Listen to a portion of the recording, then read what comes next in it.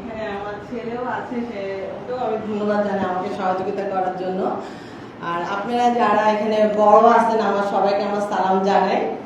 আর আমার ছোট যারা আছে তাকে আমার আন্তরিক ধন্যবাদ জানাই। আর একটা কথা সবসময় আমি স্মরণ করি, এসএটিভির ম্যানেজিং ডাইরেক্টর সালাউদ্দিন স্যারকে আমি কৃতজ্ঞতা পোষণ করছি। আসলে ওনার সহযোগিতায় আমি আজকে এখানে এসে দাঁড়াতে পেরেছি। আর এসএটিভি যারা এখানে কলা কৌশলী অনেকেই আছে যারা আমাকে হেল্প করেছে, তাদেরকে আন্তরিক ধন্যবাদ জানাই। আর আমি আসলে খুবই ক্ষুদ্র মানুষ, আসলে কি বলবো আপনারা, আমি এত ছোট মানুষ, আপনারা এত বিজ্ঞ মানুষ আমার জন্য এখানে সহযোগিতা করতে এসেছে, এটা আমি খুশি, অনেক খুশি। আপনাদেরকে সবাইকে আমি আন্তরিকভাবে ধন্যবাদ জানাই। আসলে শিল্পটা আমার জীবনে ছোটবেলা থেকে এসেছে। তো আসলে আমি আমাদের বাংলাদেশেতে লেখাপড়া করতে পারিনি, আমি সিঙ্গাপুরে লেখাপড়া করেছি। তো ওখান থেকে ফ্লুইড টেকনিকের উপরে আমি কাজ করি, আমি ছোটোবেলা থেকে কাজ করি। তো আসলে ফ্লুইড টেকনিকের উপরে আমি সবসময় কাজ করি আর করব। দেশের জন্য আমি চাই যে আমার এই কাজটা জনসাধারণের মাঝে আমি বিলিয়ে দিব, আর আমাকে দেখে অনেকে এই কাজে আসবে, এটা আমি আশা করি। আর কি বলবো, আসলে আমি খুব ছোট মানুষ, সবার মাঝে যে আসতে পেরেছি এটাই আমার জন্য বড় জিনিস। আপনারা আমার জন্য দোয়া করবেন। ধন্যবাদ।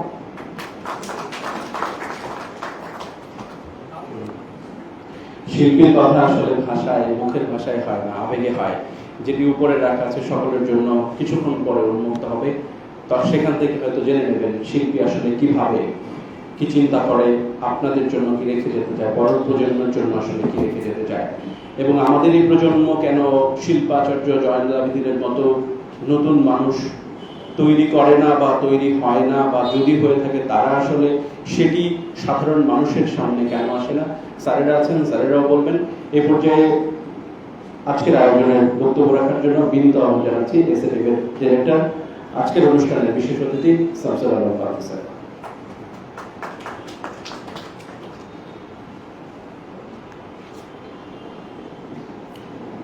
Assalamu alaikum. My name is Shamsul Alam, and of course I am the son of Miss Faida Yasmin Parvin. She's my mother. I thank everyone, friends, family, honorable guests who are on the stage and in front of us. I thank you all for being present here today.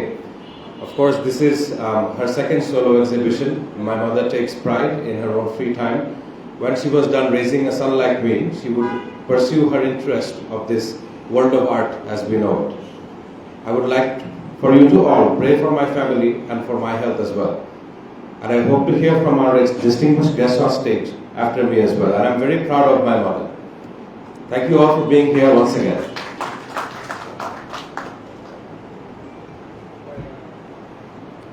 Thank you Shamsul Alam Panthu sir সংক্ষিপ্ত সুন্দর বক্তব্য দেওয়ার জন্য। এবং খুব স্বাভাবিকভাবেই আমরা সবাই মা পেয়েছি, কিন্তু শামসুল আলম পান্থু স্যারের মতো শিল্পী মা হয়তো আমাদের সকলের পাওয়ার সৌভাগ্য হয়নি। তো স্যারের জন্য এবং ম্যাডামের জন্য নিঃসন্দেহে আরেকটা করতালি রয়ে যায়।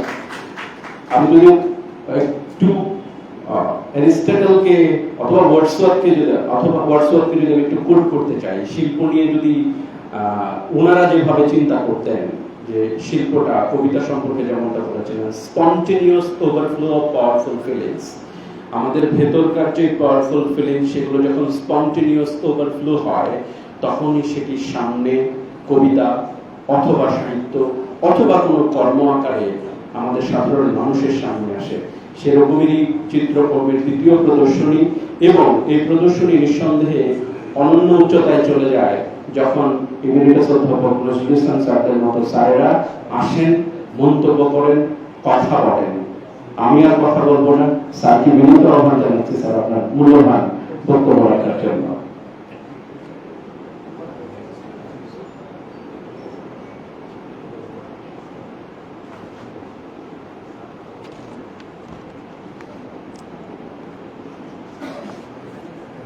ধন্যবাদ। উপস্থিত সকলকে শুভ সন্ধ্যা এবং শুভেচ্ছা। আজকের এই প্রদর্শনী উদ্বোধনী অনুষ্ঠানে উপস্থিত হতে পেরে আমি আনন্দিত। আর্টিস্ট ফরিদা ইয়াসমিন পারভিন, কয়েকদিন আগে তিনি আমাকে ফোনে যোগাযোগ করলেন এবং অবশ্যই ইমরান যোগাযোগটা করিয়ে দেয় এই প্রদর্শনী উদ্বোধনী অনুষ্ঠানে থাকার জন্য। আমি ভয় পাচ্ছিলাম, শারীরিক খুব একটা সুস্থ নই, তখনও ছিলাম না, আজকেও অতটা না, তবুও সাহস করেছি আর কি। তবে না আসলে অবশ্যই আমি নিজেকে বঞ্চিত করতাম, চমৎকার একটি প্রদর্শনী মিস করতাম, এটা বলাই। প্রথমে আমি অভিনন্দন জানাই ফরিদা ইয়াসমিন পারভীনকে অসাধারণ একটি প্রদর্শনীর জন্য। সত্যি সত্যি অসাধারণ, কারণ এই ধরনের কাজের সমাহার আমরা খুব বেশি দেখি না। প্রত্যেক শিল্পী তার নিজ নিজ স্টাইল অথবা বক্তব্য তুলে ধরেন তাদের কাজের মাধ্যমে। তো আজকে যা দেখলাম খুবই ভালো লাগলো। বাংলাদেশের শিল্পীরা, আপনারা জানেন, এই চিত্রকলার ক্ষেত্রে বা শিল্পকলার ক্ষেত্রে বাংলাদেশ অনেক অগ্রগামী এবং এদেশের শিল্পীরা অনেকে অসাধারণ কাজ করছেন এখনো। এবং আনন্দের বিষয় হলো বাংলাদেশে এখন মহিলা শিল্পী তারাও উল্লেখযোগ্য, সংখ্যায় উল্লেখযোগ্য এবং গুণমানে অসাধারণ অনেকেই। তো এখন ফরিদা ইয়াসমিন পারভীন তিনি অন্য সবার মতো যেমন চারুকলায় ঢাকার বিশ্ববিদ্যালয়ের চারুকলা ইনস্টিটিউট থেকে বা কলেজ বা অনুষদ থেকে পাশ করা সেরকম একজন নন, তিনি বাইরেই শিল্প চর্চা করেছেন। তো আমি দেখে সত্যিকারের অভিভূতই হয়েছি এবং আমার নিজের বিষয় হলো ভূগোল, জিওগ্রাফি। মূলত এর মানে হলো প্রকৃতি এবং মানুষ, এই দুইকে নিয়ে আলোচনা, বিশ্লেষণ, অধ্যয়ন। তো আজকের এই প্রদর্শনীতে মানুষ অতটা সামনে আনেন নাই তিনি, দু এক জায়গায় এসছে, আপনারা দেখবেন উপরে গেলে আভাসে ইঙ্গিতে অনেকটা রবীন্দ্রনাথের মতো করে কিছু কিছু ইশারা আছে। মূলত তিনি প্রকৃতি নিয়ে, আমার যে একটা বিষয় পরিবেশ প্রকৃতি, সেইখানে এখন জয়নুল আবেদিন থেকে শুরু করে আমাদের দেশে প্রকৃতি, মানুষ, পরিবেশ এবং মানুষের জীবন, কর্মচাঞ্চল্য, এগুলো তাদের ছবিতে উঠে এসছে। ফরিদা ইয়াসমিন পারভীন শুধু প্রকৃতি নিয়ে তার ছবিগুলো এঁকেছেন। আমরা যেমন আমার বিষয়ে ভূগোলে একটা আছে, আবার প্রাকৃতিক ভূগোল, আমরা ভূতত্ত্বেরও কিছু শিখবার চেষ্টা করি।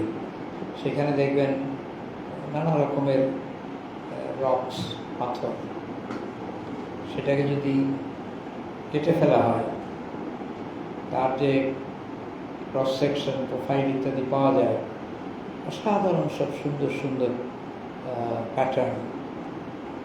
সেই ধরনের কিছু প্যাটার্ন এখানে হয়তো পাবেন এবং আমার মনে হয় তিনি হয়তো আরেকটু বললে আমরা সুবিধা হতো। এই কাজটি কিন্তু খুব কঠিন, মাধ্যম তিনি যেটা নির্বাচন করেছেন বেশ কঠিন। ক্যানভাসের উপরে অ্যাক্রিলিক, কিভাবে তিনি এটা প্রয়োগ করেছেন আমরা জানলে আরেকটু পরে করবেন, ঠিক আছে। এখন এখানে আমাদের শিল্পগুরু শফিউদ্দিন আহমেদ, তিনি অনেক কাজ খুব প্যাটার্নের মধ্যে নিয়ে আসেন, সুন্দরভাবে সাজিয়ে আনেন। আর এইখানেও তাই খুব এটা কি বলে, স্বাভাবিকভাবে ন্যাচারাল ফর্ম যেগুলো, সেটা তুলে ধরেছেন। আমার মনে হয় বেশি কথা বলার কোনো প্রয়োজন নাই, আপনারা দেখলেই বুঝতে পারবেন যে বাংলাদেশের প্রকৃতি অথবা সিঙ্গাপুরের প্রকৃতি অথবা যে কোনো দেশের প্রকৃতি, তার নির্যাস, সার কথা, এসেন্স, এটা আমরা পাব এবং অনুভূতি পাব, এবং তার যে একটা ব্যক্তি সত্তা, সেটাও আমরা ভাস পাব।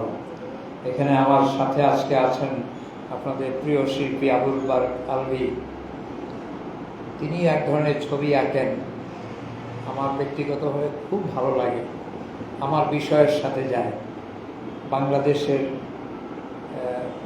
মাঠ অথবা কৃষি খামার, কৃষিক্ষেত্র উপর থেকে দেখা, কি সুন্দর প্যাটার্ন, এটাকে তিনি শফিউদ্দিন আহমেদের মতো বিমূর্ত করে নিয়ে আসেন এবং চমৎকার ছবি আমরা পাই।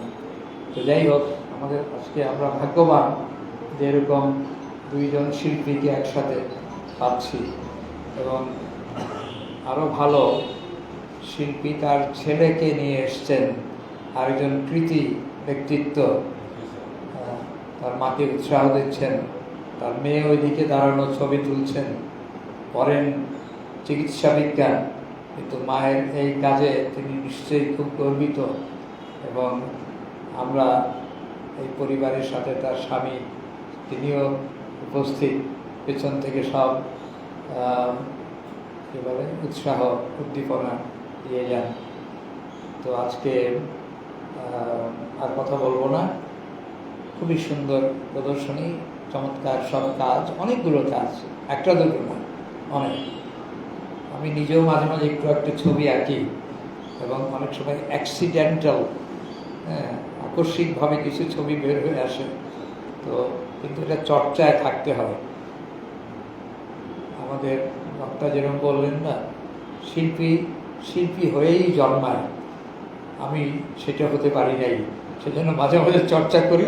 আবার ছেড়ে, শিল্পী যে ছবি না এঁকে পারে না, পারার কথা না, করতেই হয়, তা না হলে সে বাঁচবে না।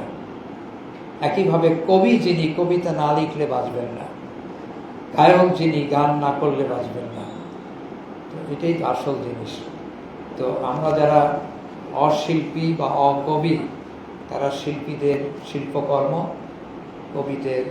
কবিদের কবিতা সৃজন, সেগুলো দেখে আনন্দ পাই, উৎসাহ পাই, এবং কিছু অতিরিক্ত যে হয়তো কিছুটা কথার বাইরে যেটা প্রকাশ করা যায় না, অপ্রকাশ্য, সেই ধরনের অনুভূতি পাই।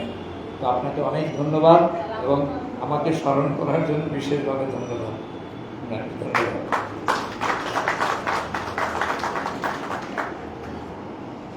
অসংখ্য ধন্যবাদ স্যারকে।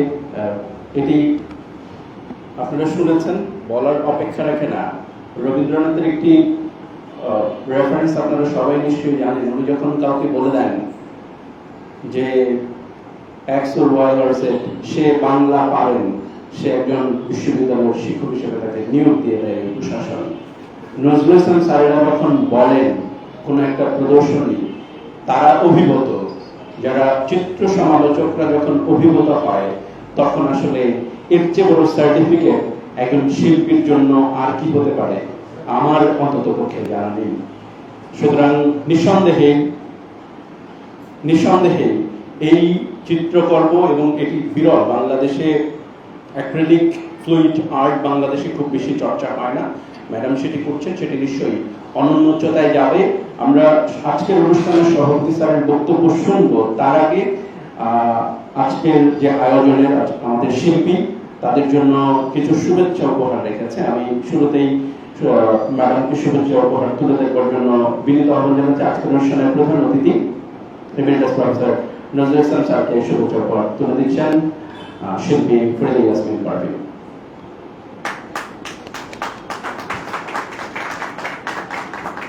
এবং শুভেচ্ছা প্রফেসর সৈয়দ আবুল বারেক আলভী স্যারকে শুভেচ্ছা উপহার তুলে দিচ্ছেন শিল্পী ফরিদা ইয়াসমিন পারভীন। এবং শুভেচ্ছা উপহার, শিল্পী শুভেচ্ছা উপহার তুলে দিবেন তারই সুযোগ্য পুত্র, আজকের অনুষ্ঠানের বিশেষ অতিথি শামসুল আলম পান্ত।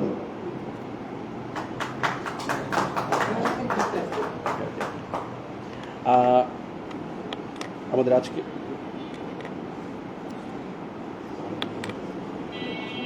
আজকের অনুষ্ঠানের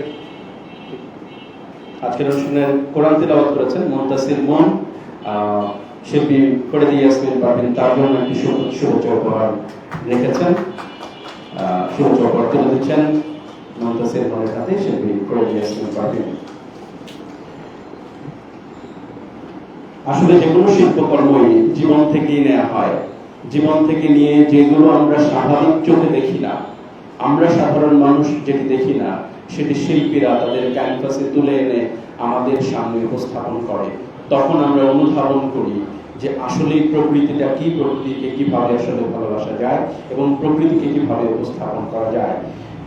সেটির বর্তমানে বাংলাদেশে যারা যে কয়জন শিল্পী এই শিল্পের ধারক এবং বাহক, যারা অনুকরণীয়, এবং আমি বলছিলাম যে শিল্পাচার্য জয়নুল আবেদিন থেকে শুরু করে এই পর্যন্ত যে কয়জন শিল্পকে অর্থাৎ চিত্রশিল্পকে ধরে রেখেছেন, তাদের মধ্যে অন্যতম বীর মুক্তিযোদ্ধা প্রফেসর সৈয়দ আবুল বারেক আলভী স্যার। আপনাকে অসংখ্য ধন্যবাদ। আজকের অনুষ্ঠানকে আপনি নিঃসন্দেহে নতুন রঙে রাঙিয়েছেন এবং আজকের অনুষ্ঠান একটা ভিন্ন মাত্রায় যাবে আপনার উপস্থিতি এবং আপনার মন্তব্য। আপনাকে বিনীত আহ্বান জানাচ্ছি বক্তব্য রাখার জন্য।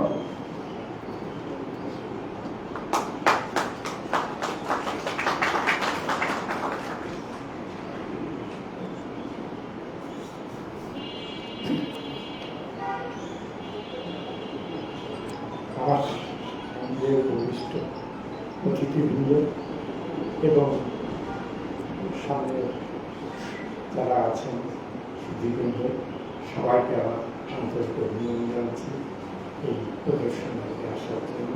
তারা শিল্পীর এটা প্রদর্শনী করে, তাতে যদি দর্শক না হয় তাহলে শিল্পীও খুবভাবে আনন্দ পায়। আমি তো ভেবেছিলাম যে আজকে বেশ প্রথম দিন, আজকে মিছিল ছিল, লোকজন আসতে বেশ কষ্ট হচ্ছে। তারপরে যে এতজন এসেছেন প্রদর্শনকে তাদের বিষয়ে আর আজকে তার প্রদর্শন ফরিদা ইয়াসমিন পারভীন, তার আগের প্রদর্শনী আমি দেখেছি, আমার কাছে ভালো লেগেছে। এবার তার চিত্র ধারণা করে প্রদর্শনী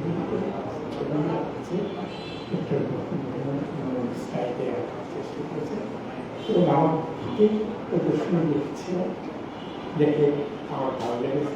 সেটা শুরু করেছে শিল্পী যদি ভাবে 1 বছর 2 বছর পর করেন, আমার মনে হয় আর তার অনেক পরিবর্তন আসে এবং আপনারা যদি এরকমভাবে আসেন তাহলে তার ইচ্ছা ভালো হয়। আর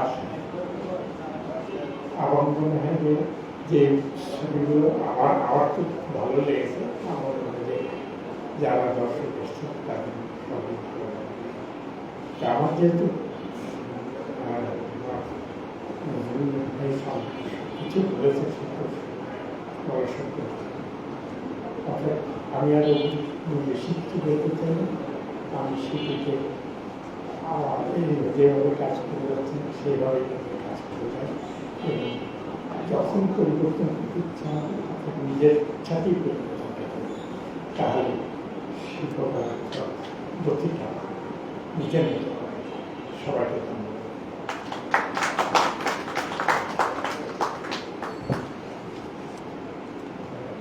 প্রফেসর সৈয়দ আবুল বারেক আলভী স্যারকে অসংখ্য ধন্যবাদ বক্তব্য দেওয়ার জন্য। আমরা বক্তব্য প্রায় শেষের দিকে, শুভ উদ্বোধন নেব, কিন্তু আজকের আমাদের প্রধান অতিথি স্যার বলছিলেন তার বক্তব্যের সময় যে শিল্পী যদি আরেকটু বলতেন তাহলে আমরা যারা আছি আমাদের জন্য অনেক বেশি সুবিধা হতো। আমরা যদি বলি, জন্ডারের একটি কবিতার লাইন ব্যবহার করেছিলেন রবীন্দ্রনাথ, রবীন্দ্রনাথের ওই শেষের কবিতার লাইনের বাংলার চর্চাটা আমরা যদি জেনে থাকি তাহলে বুঝতে পারবো যে আমরা লিখি সবাই, অনেকেই হয়তো আঁকতে পারি, কিন্তু সবার আঁকা সবাইকে আকৃষ্ট করে না। আমরা সবাই লিখতে পারি, কিন্তু রবীন্দ্রনাথ ভিন্ন, কারণ তার উপস্থাপন অন্যরকম। For God's sake, hold your tongue and let me love. John ডানের এই উক্তির বাংলা আমরা খুব স্বাভাবিকভাবে করি, কিন্তু রবীন্দ্রনাথ করেছিলেন খোদার দোহাই এতটুকু চুপ কর, ভালোবাসিবার এতেই মোরে অবসর, যেটা আমাদেরকে আকৃষ্ট করে, অনুভব করতে শেখায়। শিল্পী জানে কিভাবে মানুষকে অনুভব করাতে হয়। সেজন্যই নজরুল ইসলাম স্যার বলছিলেন, শিল্পী যদি একটু বলে এই যে শিল্পের মাত্রা জ্ঞান কিভাবে, আসলে আমরা যদি উপরে ছবিগুলো দেখি আপনারা অনেকেই কানেক্ট করতে পারবেন। বার্নিং টাইগার, উনি কোন চিন্তা থেকে আসলে এই বার্নিং টাইগারকে নিয়ে এসেছেন, এটার আত্মকাহিনী কি, এই সোলের সাথে ওইটার কানেকশন কি, সেটাই নজরুল ইসলাম স্যার জানতে চাইছেন। ম্যাডামকে বিনীত আহ্বান জানাবো, এই ছবির কিছু আত্মকাহিনী যদি আমাদেরকে বলেন, আমরা সমৃদ্ধ হব।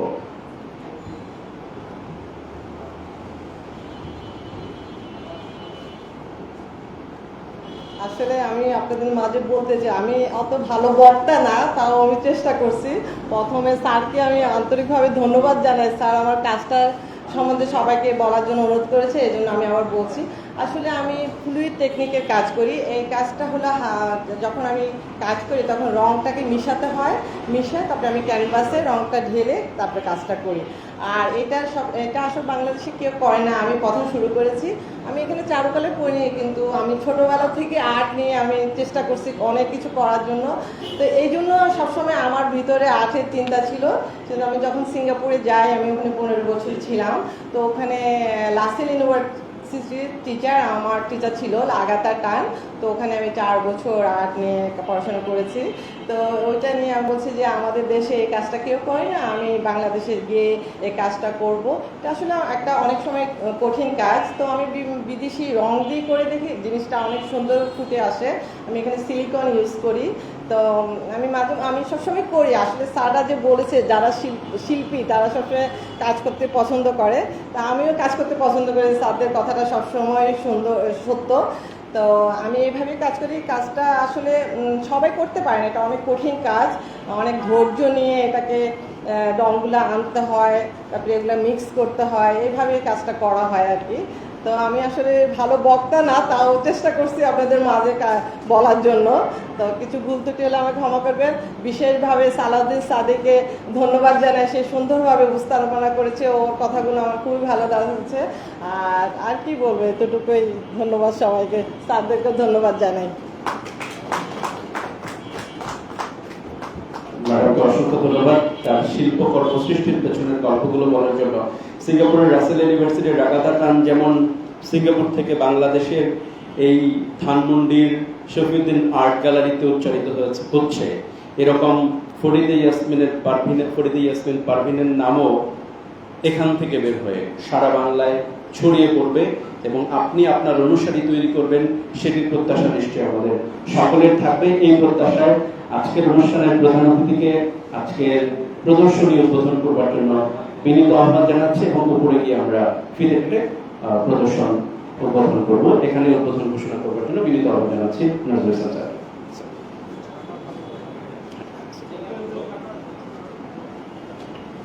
স্যার। স্যার একটু এখানে এসে যদি ঘোষণাটা দিয়ে যান উদ্বোধনের, আমরা উপরে গিয়ে ফিরে আসবো।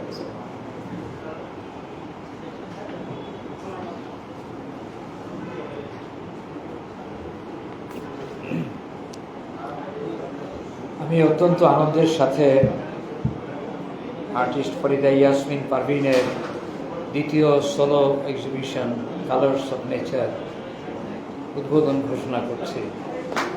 অভিনন্দন।